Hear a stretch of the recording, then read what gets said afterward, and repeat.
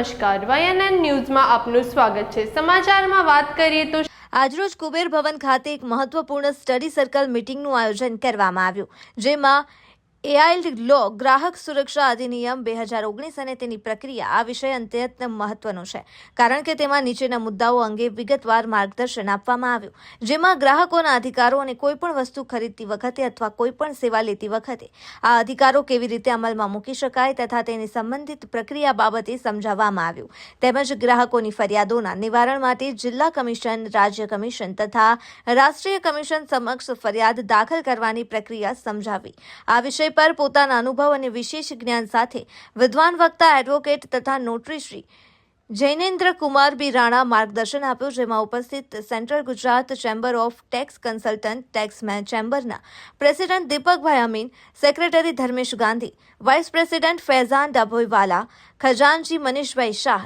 જ્યારે વક્તા જયેન્દ્ર કુમાર સ્વાગત કરવામાં આવ્યું હતું। તમામ લોકોની ઉપસ્થિતિમાં સ્ટડી સર્કલ મીટિંગ યોજાઈ। રિપોર્ટર રાહુલ રાજપૂત।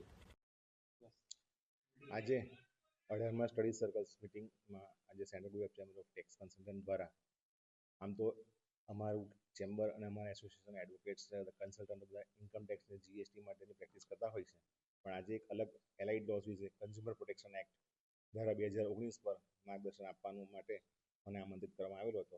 હું પોતે પણ ઇન્કમ ટેક્સ, જીએસટી તથા કોર્ટ પ્રેક્ટિસ કરું છું અને આજે અમે લોકો central Gujarat chamber of tax કન્સલ્ટન્ટમાં એલાઇડ લો પર એક સ્ટડી સર્કલ મિટિંગનું આયોજન કરી રહ્યા છે।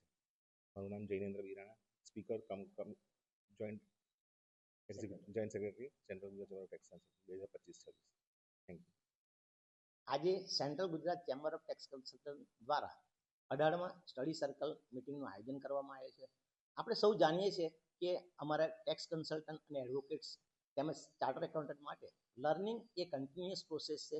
એના ભાગરૂપે આજે અલાઇડ લો કન્ઝ્યુમર પ્રોટેક્શન એક્ટ 2019 અને તેની પ્રોસિજર માટે અત્રે અમારી વચ્ચે વિદ્વાન વક્તા, એડવોકેટ કમ નોટરી શ્રી જૈનેન્દ્રભાઈ રાણા ઉપસ્થિત છે।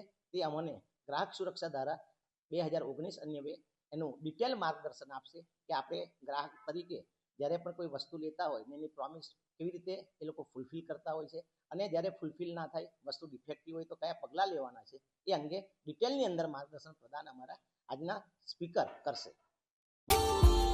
Subscribe now and press the bell icon. Never miss an update.